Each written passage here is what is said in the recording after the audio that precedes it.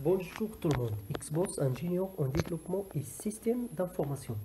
Donc, dans le cours d'aujourd'hui, on va parler des largeurs et hauteurs en CSS. Donc, comme objectif, on va fixer les objectifs suivants. Comprendre l'impact du type de l'élément HTML sur la largeur et la hauteur par défaut. Utiliser les propriétés width and height dans un exemple. Bien comprendre la place de largeur et de la hauteur dans les modèles des boîtes. Donc, on va commencer par le premier objectif, c'est de comprendre l'impact des types des éléments HTML sur la hauteur et la largeur par défaut. Donc, normalement la hauteur des éléments, donc la hauteur des éléments HTML et c'est grâce à leur contenu. Par exemple, si on a un paragraphe, c'est pas la même hauteur de trois paragraphes. Donc, la hauteur, il a un grand rapport avec le contenu. Donc, par exemple, comme j'ai déjà dit, la hauteur d'un paragraphe, c'est pas la même que la hauteur de deux paragraphes. Et pour la largeur, il dépend du type de l'élément. Donc, par exemple, comme on a déjà dit dans les types des éléments HTML, un élément de type bloc, il prend toute la page.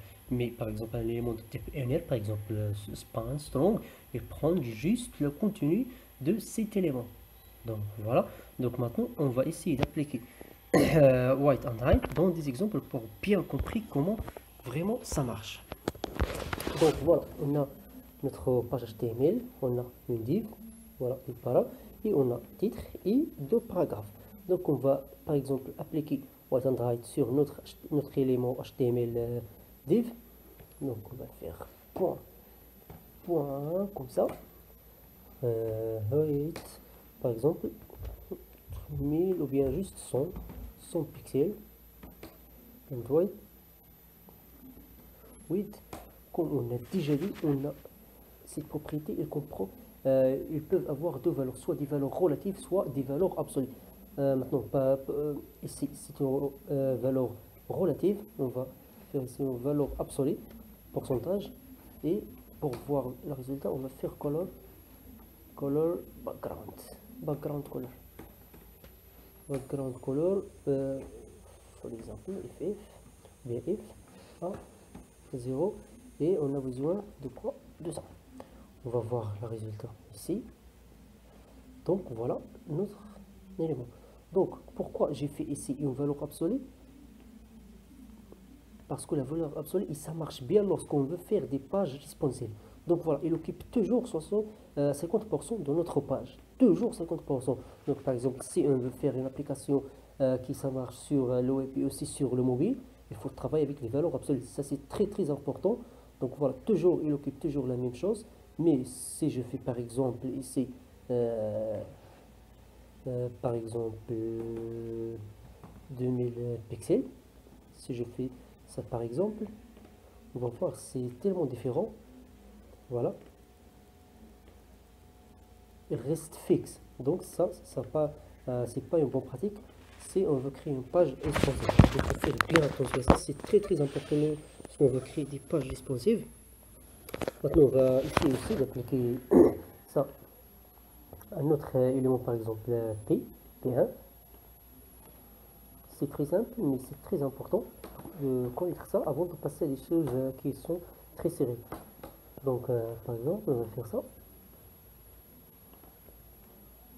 Par exemple, si on va faire comme ça.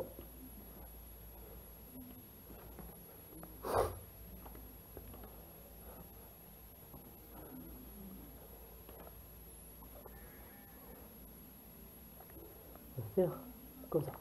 Donc, voilà. Pourquoi? Ah oui, si, l'ID. Donc, pour l'ID, il faut faire comme ça. Donc, pour l'ID, il faut faire quoi? Il faut faire comme ça. C'est très simple. Donc, voilà notre élément. Donc, on va essayer aussi d'ajouter les paliers pour bien comprendre ça. Par exemple, ici, on va ajouter les paliers. Parce que pour travailler avec les height, il faut bien comprendre le modèle de boîte. Le modèle de boîte, c'est très très important. Par exemple, on va ajouter, par exemple, par exemple 60 pixels.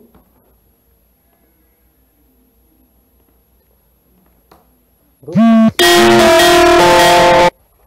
pourquoi il est sorti d'ici? Parce qu'on a ajouté par exemple 60%.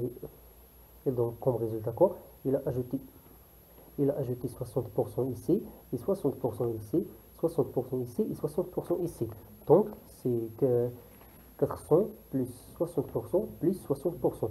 Donc, il a dépassé 500. Donc, c'est 520 pixels. Donc, il a sorti de notre cadre. Ça, c'est très très simple, mais c'est très important. J'espère que vous avez bien compris ça. Donc, à la prochaine. Au revoir.